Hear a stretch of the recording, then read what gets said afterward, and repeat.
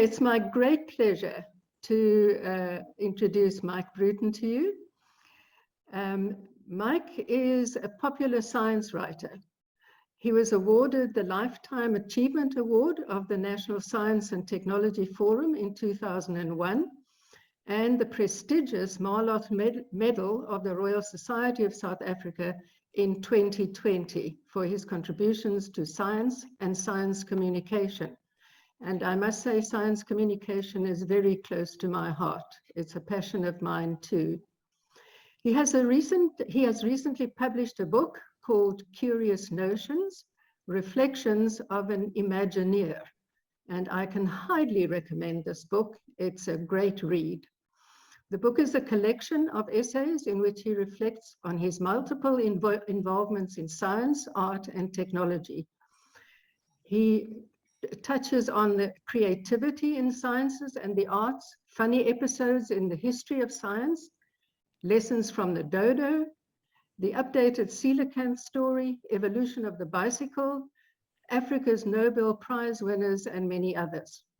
And one of the chapters from this highly readable and endlessly fascinating book deals with an analysis of what can be described as Africa's strangest animal. And this is the topic of Mike's talk this evening. Thank you, Mike, and it's over to you.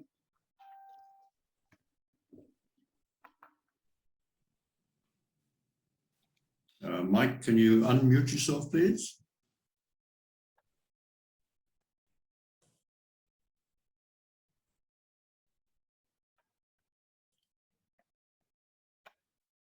Hello, Nina.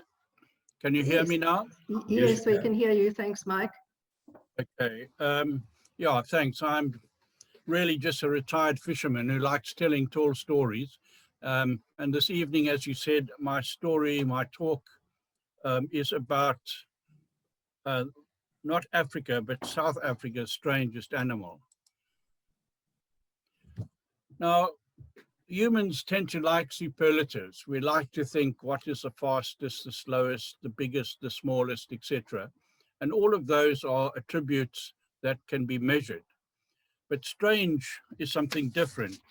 It's more of a sort of qualitative judgment which we as humans make about other things, including other animals.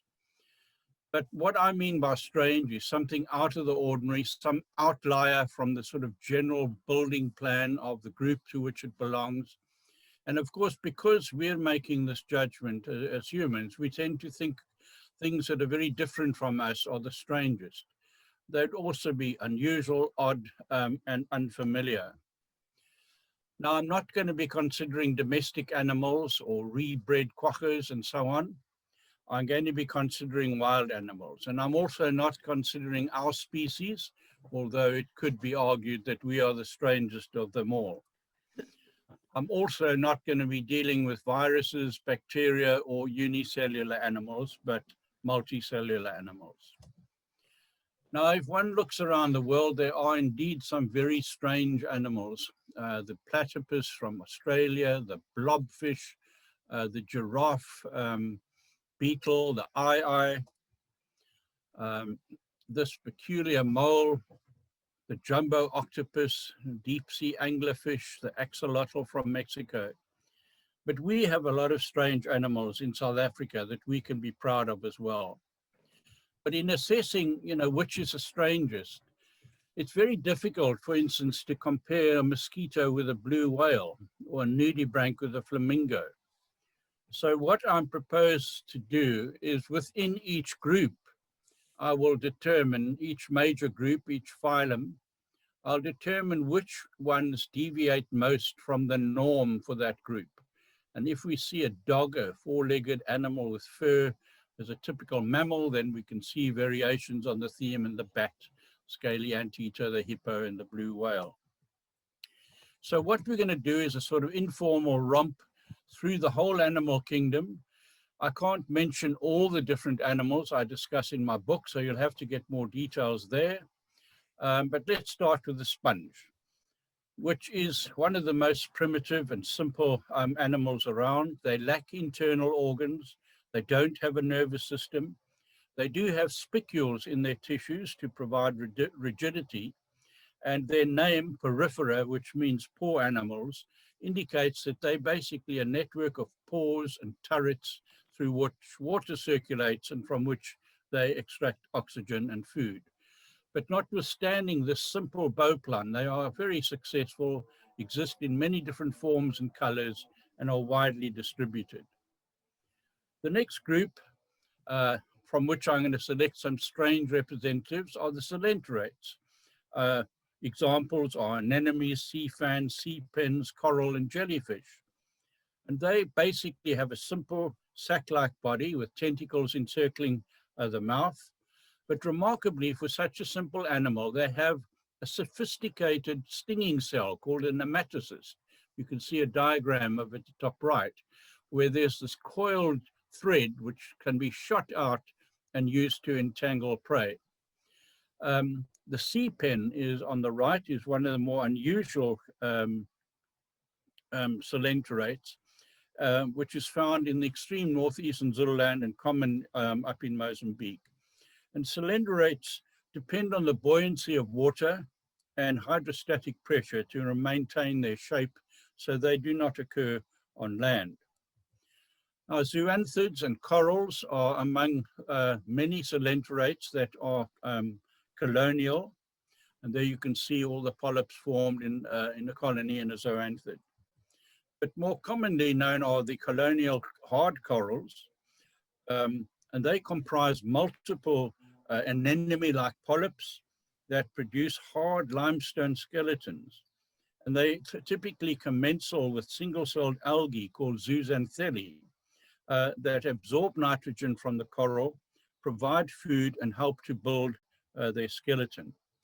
And this symbiosis with the zooxanthellae confines corals to relatively sunlit, warm waters. On the top right, you can see an unusual coral, unusual because it's solitary, the mushroom coral, and is able to move to some extent.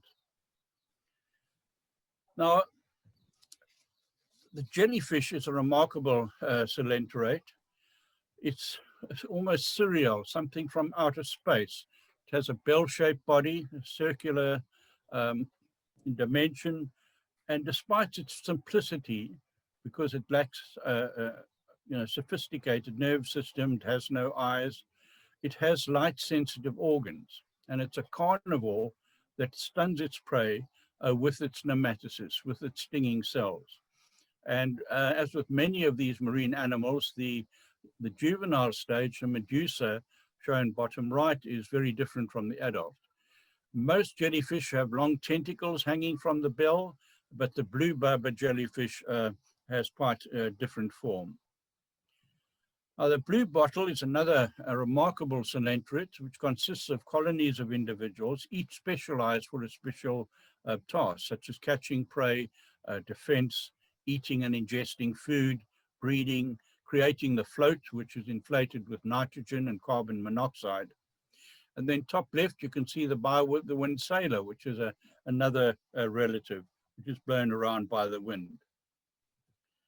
Right, let's move on to the annelids, which are the ringed worm. And the one I've selected is a typical earthworm, which of course are vitally important in terms of soil fertility. They have no limbs. And interestingly, some of the largest earthworms in the world are found near Debbie Neck in the Eastern Cape. I've excavated some of them myself, and they're up to 3 meters long. Now we come to a very special animal, which occurs around Hermanus, the velvet worm or peripatus. It's so unique that its own phylum has been created for it, the Onychophora, the claw bearers. And it's the only animal phylum that is confined to land. Interestingly, the only large or major animal phylum that confined to the sea are the echinoderms. Velvet worms have distant marine ancestors, and they are living fossils in that their present form is almost identical to those of fossil velvet worms 550 million years old. They're secretive worms that live in forest litter and under logs. They have 13 to 25 pairs of stumpy legs, and Like some marine animals, they can secrete a slime to ensnare their prey. They're intermediate between jointed-legged animals, the arthropods, and the segmented worms. They have jointed legs, compound eyes, and breathing tubes like insects, but a worm-like body, non-chitinous skin, and kidneys on each segment. All the South African species are live bearers, which is unusual for worm-like animals. The next strange animal is the wheel animalcule. It's an aquatic beast, lives in freshwater and marine. And it's called a wheel animalcule, not because it has wheels, but because it has a crown of cilia that spin around in a circular sequence as if it was rotating. In fact, remarkably, the wheel has not been invented in nature by natural selection, because it seems that no biological device for connecting nerve endings to a spinning disc has been created, as one would find, for instance, in the commutator of an electric motor. Rotifers, like many microscopic animals, have a fixed number of cells per individual, about 1,000. And they're also remarkable in that the eggs and even the adult females can survive complete desiccation. Let's move on to the next major animal group, the arthropods, the jointed foot animals, which have a segmented body, jointed limbs, a chitin exoskeleton, and they include the millipedes, centipedes, the spiders, scorpions, and insects. So obviously a huge group.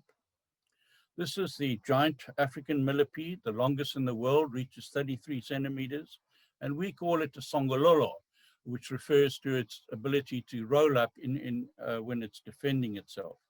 They can secrete an irritating liquid, and not even driver ants can eat them. And they don't have 1,000 legs. They have about 256 legs, but it varies from one individual to another.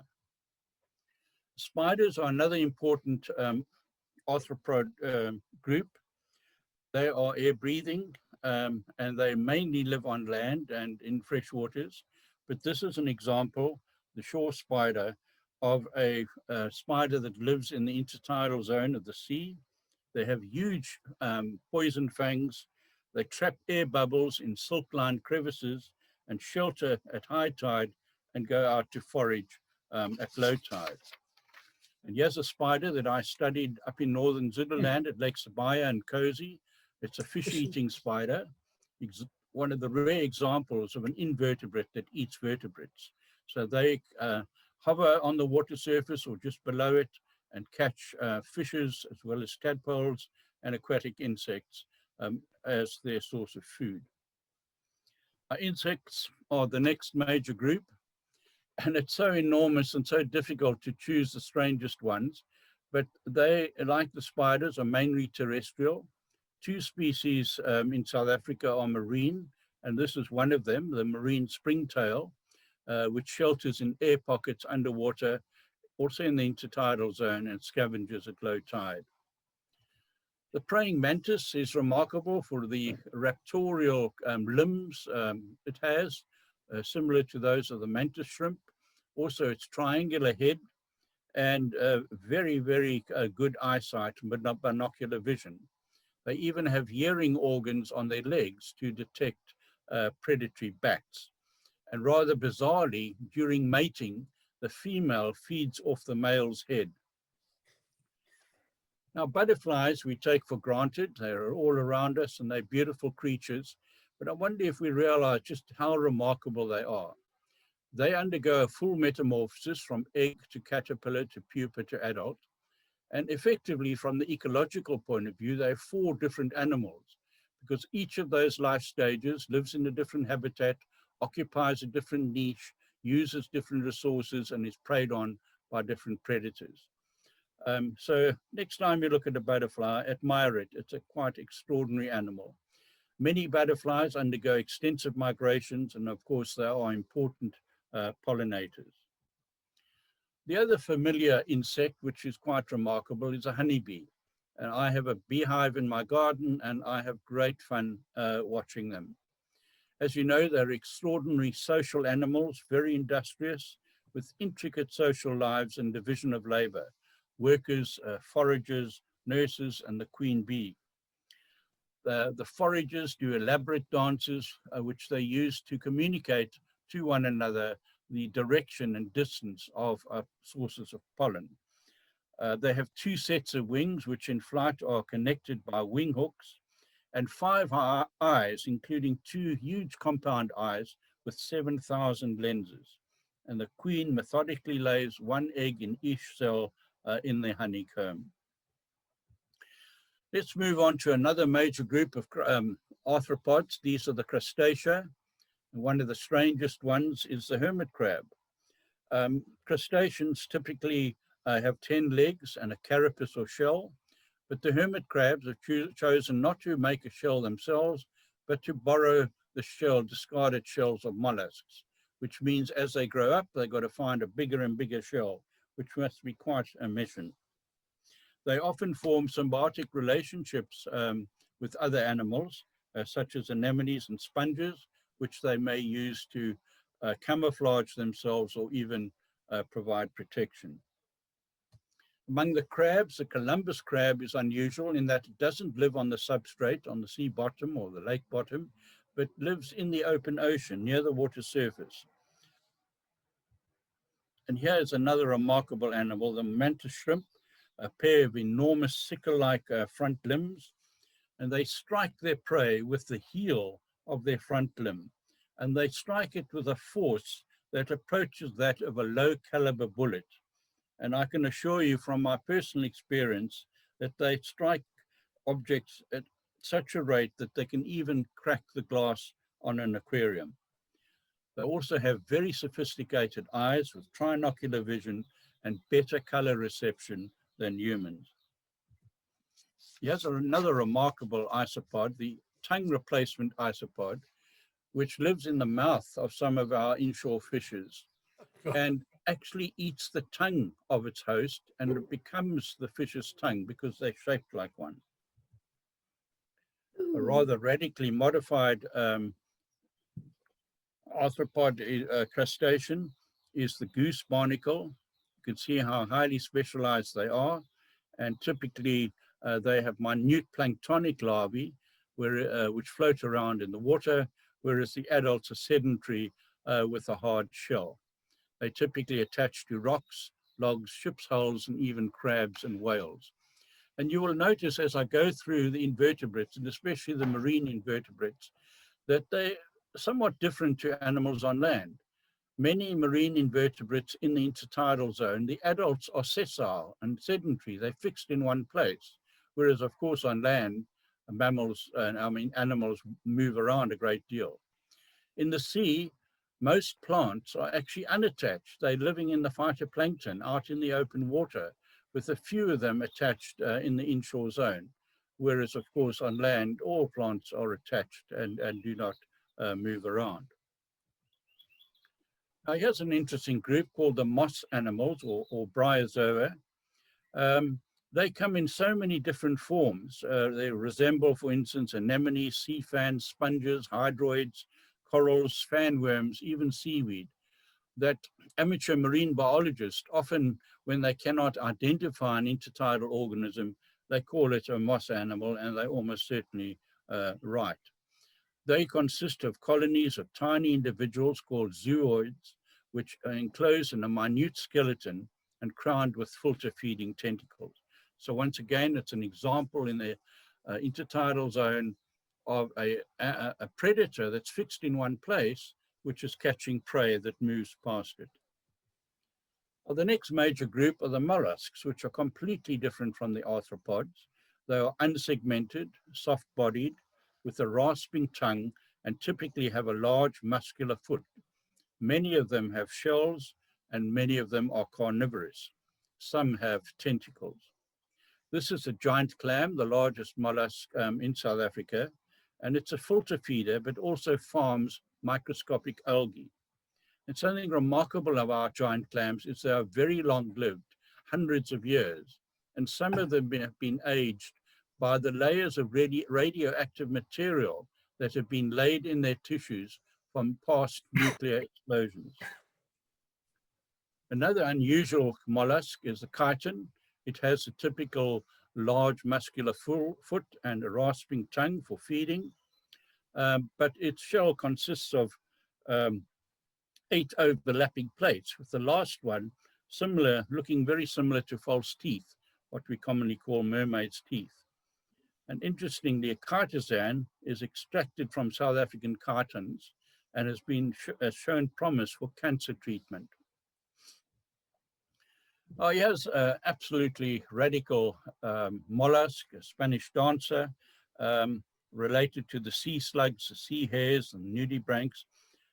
It's lost its shell, but it's compensated for this loss of defense by secreting toxic chemicals. And its flamboyant colors and behavior warn predators that they are toxic.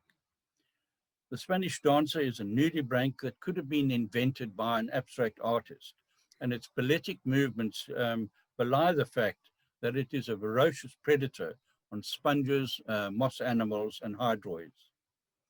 Some nudibranchs are plant suckers that pierce the wall of algae and suck out the nutrients from their tissues, including the chloroplasts, which are small green chlorophyll-containing organelles that carry out photosynthesis. And remarkably, these chloroplasts,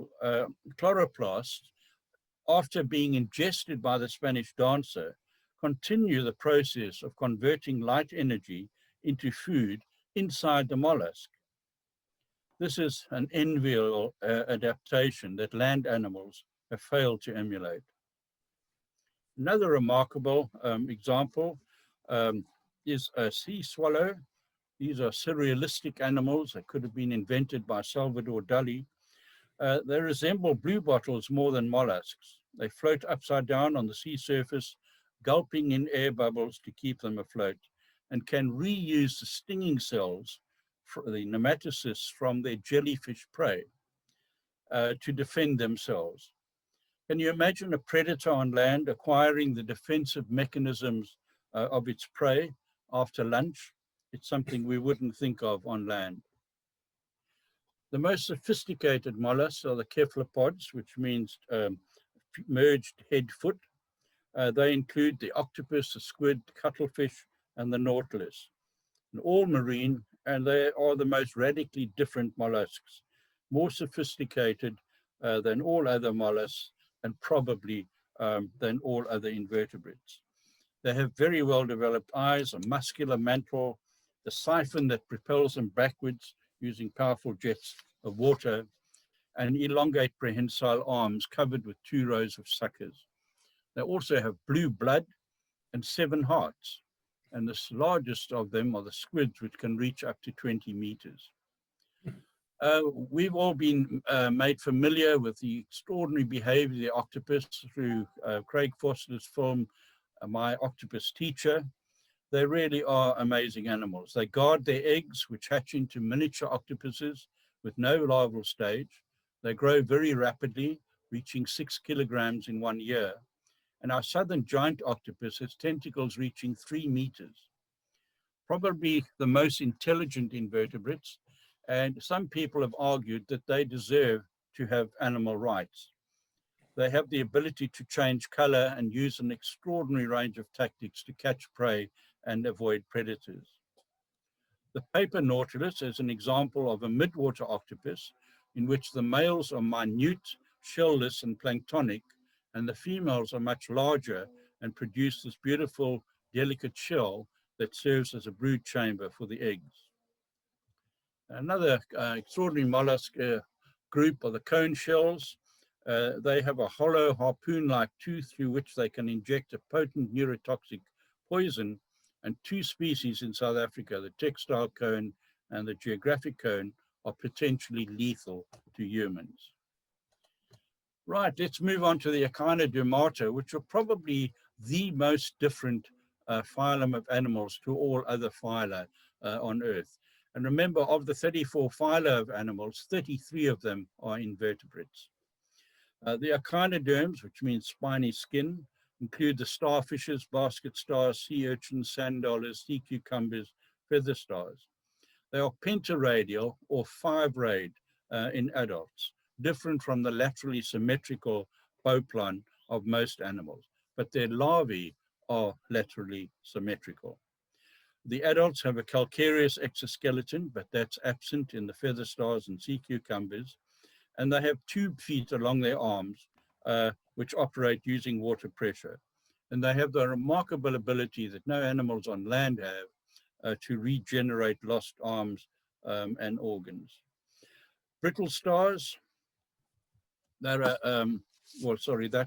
the brittle stars shown here. They have the remarkable ability that to react to light, even though they have no eyes or brain. And when they release an arm, in some species, that arm emits a flashing light to distract predators. How strange is that? Feather stars are echinoderms that look more like plants and animals. They have a tiny round body with a crown of feather-like growths, which they use to catch food.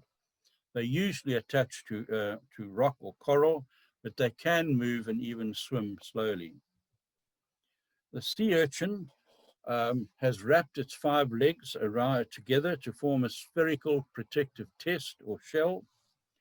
And the sea cucumber is the most atypical, strangest of the echinoderms. Its 5-rayed pattern has been simplified into a sausage-like shape and resembling a cucumber, and they have 5 rows of tube feet along their body. Our golden sea cucumber hosts a small pearlfish inside its intestine, and sea cucumbers can expel their internal organs and regrow them. The snake sea cucumber shown here can eject long sticky threads to distract predators, similar to the velvet worm.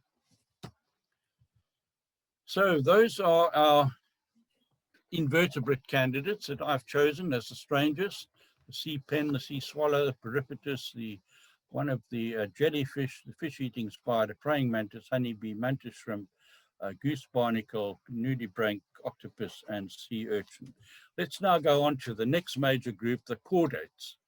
And the chordates include redbait, sea squirts, very simple animals, and then the much more sophisticated and familiar backboned animal. And they all characterized by having a dorsal nerve cord, slits in the throat for breathing, and a tail behind the anus, at least in their juvenile stage. And of course, the human embryos at the age of 5 weeks do have gill slits and tails. The sea squirt shown here, it looks like a sort of featureless sac-like animal, but its origins are clearly shown in its tadpole-like larva, which has a dorsal nerve cord and a tail. They have purple blood, and interestingly, humans are more closely related to sea squirts than they are to much more sophisticated other invertebrate animals. Now, if we move on to the vertebrates, animals with backbones, they include, of course, fishes, amphibians, reptiles, birds, and mammals, which have a cartilaginous or bony skeleton. Fishes are the most diverse of the vertebrate groups, with over 34,000 living species. They typically live in water, have fins, breathe underwater using gills, are cold-blooded, and have scales or scutes and no neck. But with 34,000 species, there are exceptions to every one of those rules. The hagfish, which lives in South Africa, especially our 6-gill hagfish, is an example of a jawless fish. It's eel-like and parasitic. They have no paired fins. They secrete sticky slime, and they remain virtually unaltered for 300 million years. So they're prehistoric fish that have nevertheless remained competitive in the modern cutthroat world. Among the cartilaginous fish, one of the strangest one is the large-toothed sawfish, which has this enormous rostrum with teeth on either side, which just thrashes back and forth. The manta ray is another extraordinary animal, a cartilaginous fish with greatly extended triangular pectoral fins, can be 7 meters wide, and horn-shaped cephalic fins on the head, and a large forwardly facing mouth. And interestingly, they have one of the largest brains of any fish, weighing 200 grams, which is 10 times larger than the brain of a whale shark. and they have the largest brain to mass ratio of any fish. The whale shark is a shark. It's the largest fish and the largest living non-mammal mammalian animal. They reach 18.8 meters and they're slow-moving filter feeders. During my time in ichthyology, many strange fishes were brought to us at the Ichthyology Institute in Macondo, but probably the strangest one was the six-gill stingray, the first specimen of which was found on a beach in Port Elizabeth by a journalist called Dave Bickle. It has a fleshy snout and 6 pairs of gills instead of the 5 in all other skates and rays, and many other odd characteristics, to the extent that the people who described it had to create a new suborder of fishes. This would have been the equivalent to finding the first representative of all monkeys and apes in the mammals. Our group that's intermediate between the cartilaginous and the bony fishes are the lobe fins, the coelacanths and lungfishes, and they are most closely related to the first vertebrate to venture onto land about 320 million years ago. The coelacanth has an amazing potpourri of characters. Like bony fish, they have scales, a bony head, and bony supports for the fins and a lateral line. But like sharks, they have a cartilaginous notochord, a heart in a straight line, a spiral valve, and a rectal gland. Their lineage goes back 420 million years, and they uniquely have 3 lobes in the tail fin. And they hold a number of records in the fishy world for the lowest hemoglobin count in the blood, the slowest metabolic rate, the most advanced breeding strategy, the largest eggs, and the longest gestation period, 36 months. And they also swim in a unique way with their 8 fins. Their closest relatives are the lungfish. This is the African lungfish. They also occur in the southern tip of South America and Australasia, so they're Gondwanic relics. They have lungs. They can survive desiccation in a cocoon, and they have thread-like fins. And they were the first animals to have a single bone in the upper limb, 2 bones in the lower limb, and multi-boned wrists and ankles. And they are nest guarders. Here are some other unusual fishes, the shark remora, top left, the mudhopper, which lives in mangrove swamps and spends a lot of time outside of water. Bottom left is a leptocephalus of an eel, and bottom right is the so-called upside down fish, or a squeaker. But among the marine fishes, one of the oddest must surely be the seahorse, which, like the pipefish, broods its eggs in a pouch on the male's body, and they swim upright using the dorsal fin for propulsion. And extraordinary fish, the ocean sunfish, mola mola, quite common off our shores, and whenever we displayed it in the Two Oceans Aquarium, it created a sensation. Moving on to amphibians, they are cold-blooded vertebrates, 4-legged with soft skin. They have no scales, hair, or feathers. And they typically have a metamorphosis with an aquatic tadpole and usually hop around on powerful back legs. This is the bullfrog, the biggest of our frogs, reaches up to 11 centimeters. Males guard the tadpoles and chase away predators. Another unusual frog, and I have a colony of them in the eco pool in my garden, is the clawed frog, or platana, which is not a hopping frog, but a swimming frog. They are facultative air breathers, which means they have to take gulps of air when they're very active. They have claws on their hind feet to rip their prey apart. But they obtained international fame in the 1940s to the 1970s because they were used for a highly efficient pregnancy test for humans. And during that time, over 400,000 platanas were exported from South Africa to over 48 countries. And they escaped into the wild, and they're now the most widespread amphibian in the world. They also have the distinction of being the only frog that's traveled into space on the 1992 space shuttle Endeavour, where experiments were done to determine whether they could breed in near zero gravity, and the frogs didn't miss a beat. Right, let's move on to reptiles. Here are some amazing ones. You have chameleons around Hermanus. Top right is Amphisbaenian, which is a burrowing lizard, which has lost its pigment.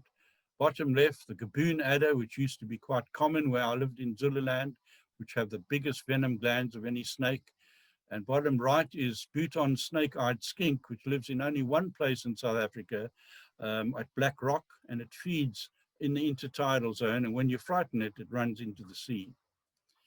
But our most radical snake must be the yellow-bellied sea snake, whose tail is flattened and paddle-shaped. They're air breathers with one long lung, and they breed out at sea. They can absorb about 20% of the oxygen they need through their skin, and are among the best adapted vertebrates for oceanic life. Another remarkable reptile is a leatherback turtle, the second largest reptile after the crocodilians. And one of the great experiences in nature is to watch leatherbacks and loggerheads nesting on the beaches up in Zululand. The crocodile, very closely related and directly descended from the dinosaurs, as is the smaller tuatara lizard from New Zealand. And crocodiles, despite being vicious predators, are very gentle mothers. I once saw a female crocodile excavate eggs from a nest, eggs which were about to hatch as the young had been squeaking. She gently crushed the eggs and the crocodiles hatched, and she then carried them around on her back and head for a few days. Right, let's move on to the birds. They are characteristically warm-blooded.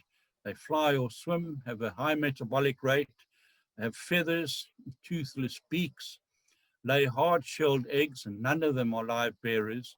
They have a four-chambered heart like mammals, and they have light but strong skeletons. One of our most unusual ones is the ostrich, which is of course flightless, 2.8 meters tall, the largest bird in Africa that can run at up to 70 kilometers an hour with strides as long as 5 meters. They nest communally and share egg and young guarding activities. They're related to the extinct giant flightless elephant birds of Madagascar and the moas of New Zealand. The secretary bird has an eagle-like body with crane-like legs. They perform elaborate courtship displays, build large nests, and unlike most large birds of prey, they hunt in pairs on the ground and stamp their prey to death. They are an endangered species and are the only wild animal to appear on the South African coat of arms. There are many other strange animals, pelicans with their huge beaks and beak pouches, the beautifully adapted African penguin, kingfishers, skimmers. One could really name many more. The spotted eagle owl, typical of owls, has huge forward-facing eyes, binocular vision. It can swivel its head through 270 degrees, an acute hearing, and bobs its head from side to side to obtain clearer 3D images. And the sociable weaver, the birds, nothing to write home about, but the nests they make are absolutely extraordinary, perhaps one of the most spectacular structures made by any animal. These nests can be up to 100 years old, and they maintain stable air temperatures inside. And finally, let's move on to the mammals, which are warm-blooded, usually give birth to live young, have mammary glands that females use to feed milk to the young, have fur or hair typically, and most importantly, have a neocortex for higher brain functions such as sensory perception, cognition, and language. They usually walk or run. They can also hop, swim, fly, burrow, or climb. Among the most radically modified mammals are the bats, whose front legs have been modified into membranous wings, and they're the only mammals capable of true flight. They have an acute sense of hearing, produce ultrasonic sounds to detect prey, and can also detect magnetic fields. The pangolin or scaly anteater is a mammal with no fur in reptiles' clothing, quite extraordinary, covered with an armor of overlapping scales, which are different from those in reptiles, that extend over the body and down the legs.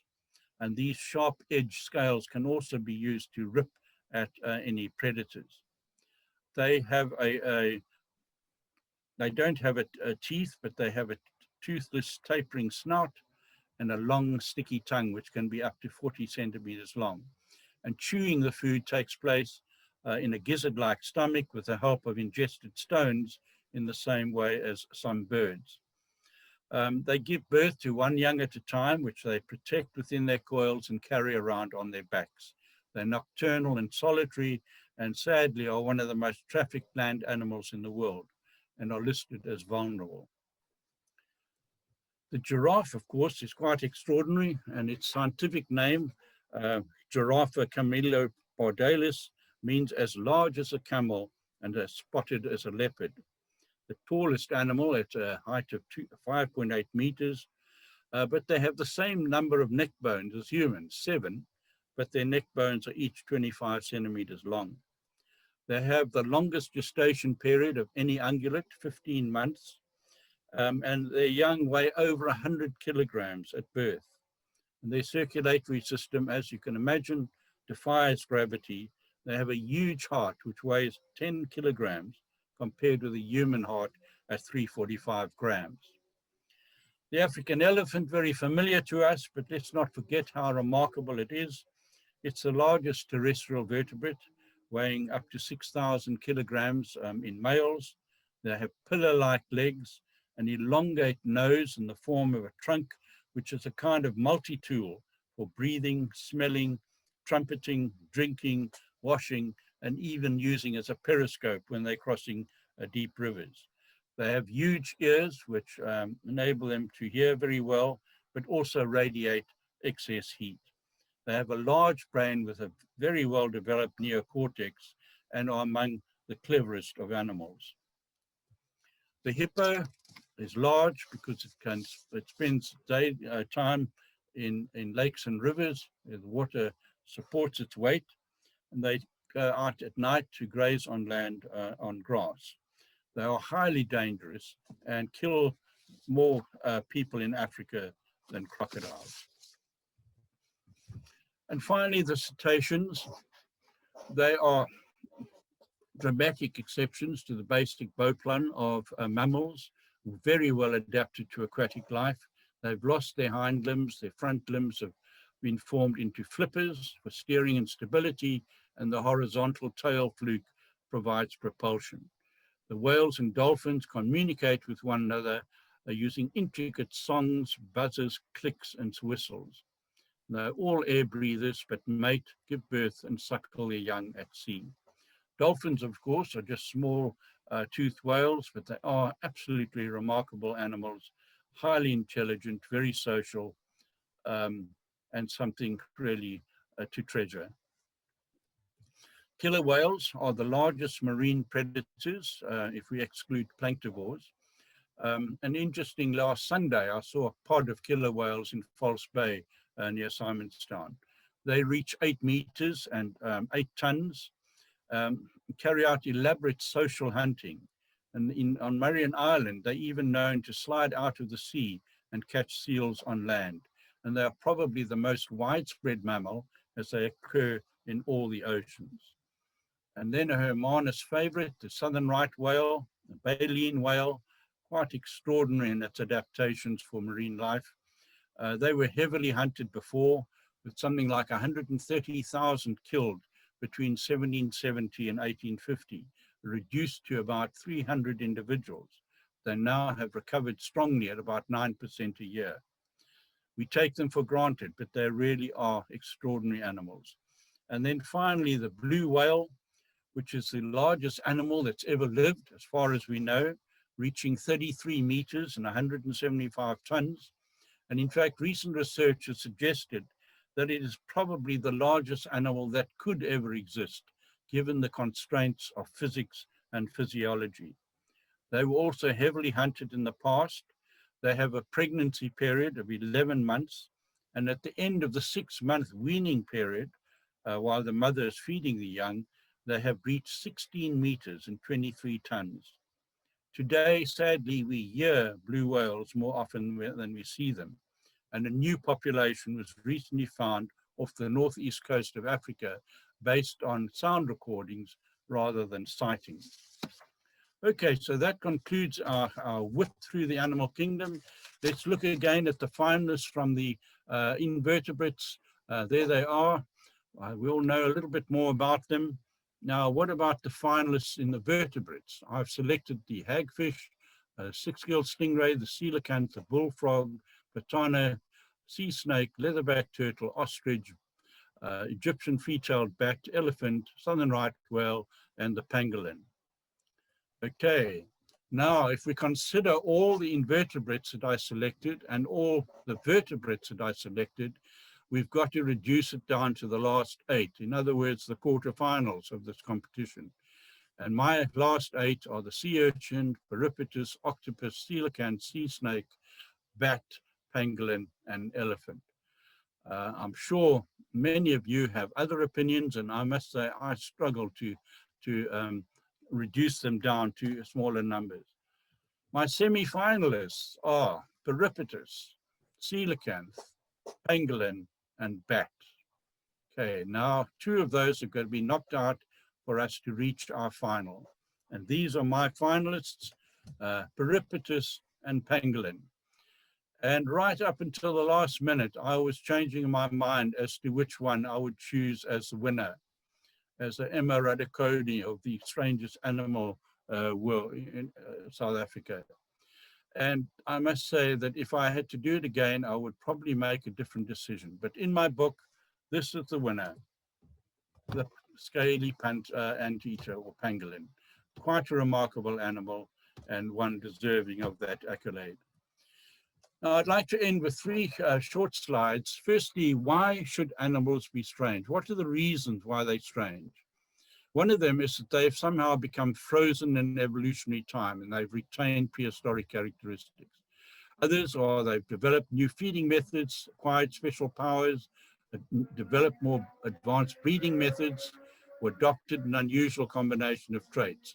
Or they may live in unusual habitats or adapt to new biomes and acquire novel lifestyles. Those are some of the reasons why animals are strange. Now, I mentioned that one of the characteristics of strange is that they're different from us. And what I found amazing among these strange animals that we reviewed is how many of them have characteristics that we as humans don't have. Sight without eyes, nerve coordination without brains, production of ultrasonic sound, and so on as you go through there. Flight without aeroplanes, magnetoreception, the ability to regrow organs, external digestion.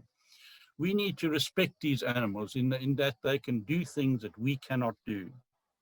And then my final slide is, sadly, many of these very strange animals are the ones that are most threatened with extinction. They are right at the top of the extinction curve. And the reason for this is that many of them are highly specialized. They're high in the food pyramid and therefore dependent on organisms below them. They're often partners in dependencies such as symbioses. So if their partner dies out, they die out as well. They typically live in complex communities which can be disrupted. They're often rare. They have narrow habitat preferences, and they typically have a few young in which is a higher parental investment. So if a pregnant female or the young are killed, that's a massive blow to the population. So let's remember that all these strange animals are highly vulnerable to extinction. So if you want to read more about them, please go to my book, Curious Notions, Reflections of an Imagineer, published by David Hilton Barber of Hermit through Footprint Press, and there's a lot more information there. Thank you very much. Mike, thank you very much. It just goes to show that a picture is worth 1,000 words, because I read your book with great enthusiasm and fascinated by it, but seeing it now with the pictorial accompaniment was really quite extraordinary. And thank you so much for doing that for us. So I'm hoping that anyone else who buys the book and reads it will keep those images in their minds And if not, we have recorded this talk, so we will put it out on YouTube, and it did go out live on Facebook. So if anyone wants to remind themselves of some of those images, they are welcome to do that. And then definitely read the book, because it has a lot of information, really fascinating. Mike, for me, I think that tongue replacement thing really was a gross out. I had never seen that before. And it was quite extraordinary. And obviously the Spanish dancer that can assimilate chloroplasts, also wonderful if you think that mitochondria are thought to be inclusions into multicellular organisms and so forth. And what tugged at my heartstrings was the octopus, which I loved seeing my octopus teacher, blue bloods and 7 hearts. I mean, what can be better than that? And, and I certainly agree with you that animal rights should extend to octopuses. I, for one, cannot eat any octopus or squid, no calamari for me. And then, of course, the sea urchin, I didn't realize that they had these fused arms to form the skeleton, which, so it was really quite extraordinary for me, all of this new information, you know, that one picks up all the time.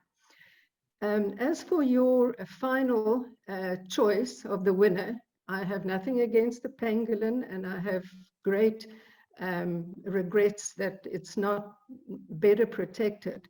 But my favorite is the peripatus. And I think it's partly because I've actually held one in my hand. So that was such an extraordinary, exciting experience. So my voice has got to go for that one. And well, I see Nina, we have got... as I said, I've changed my mind since I wrote that book, and I would, if I were to write it now, I would also vote for the peripatus. I've collected them in forest litter in Hogsback, and they are quite extraordinary animals, and more research is showing, you know, just how different they are from everything else. So Yeah. I was worried about ranking the coelacanth too high, because people would regard me as biased. But if I was to do it again, I would probably make the coelacanth and peripatus a finalist, and peripatus as a winner. Yeah. Yeah, and interestingly enough, although I was always led to believe that they occurred in ancient forests in the leaf litter, Chris Whitehouse from Phillipscoop near Stanford has found them in ordinary exposed fynbos. So that was a very interesting find for me. And I believe that there are more species than we originally thought of Peripatopsis in South Africa. Yeah. Yeah, the ones we have in our area, I believe, are Peripatopsis overbergiensis. So, Mike, thank you again. That was a quite extraordinary talk, and as always, very well presented. And there's a couple of questions here. A statement from Anne Brown saying, fabulous, thank you. And I can just echo that. And Mary Fletcher saying, many thanks, extraordinary and wonderful. So enjoyed it. We'll look out for the book. So I hope many people will look out for the book and enjoy all this information once again. I'd be interested to hear the views on others, on who should have been the quarterfinalists, semi-finalists, finalists, and winners. It's an interesting debate to have. Yeah, people can my email address, just for interest, is mikefishersbruton@gmail.com. So mikefishersbruton@gmail.com. Thank you. And if people can't remember that, just send it to me and I'll forward to Mike. And Shireen says, aren't they all winners? And I would agree with that. Yeah. Absolutely. You know, the animals that are the endpoints of modern evolution have really come through a major obstacle race, and they all, every one of them is extraordinary in its own way. Yeah, they certainly are. And another comment here, many thanks for introducing such amazing animals. And yeah, they certainly aren't. And Shireen says again, how can one choose? I Which agree, is it why you're wasn't so easy. ambivalent. Where do we get the book? It Pat, is you on.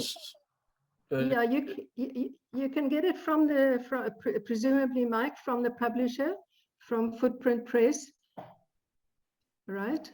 David, maybe you'd like to put your mic on and speak to us, David Hilton Barber, the publisher.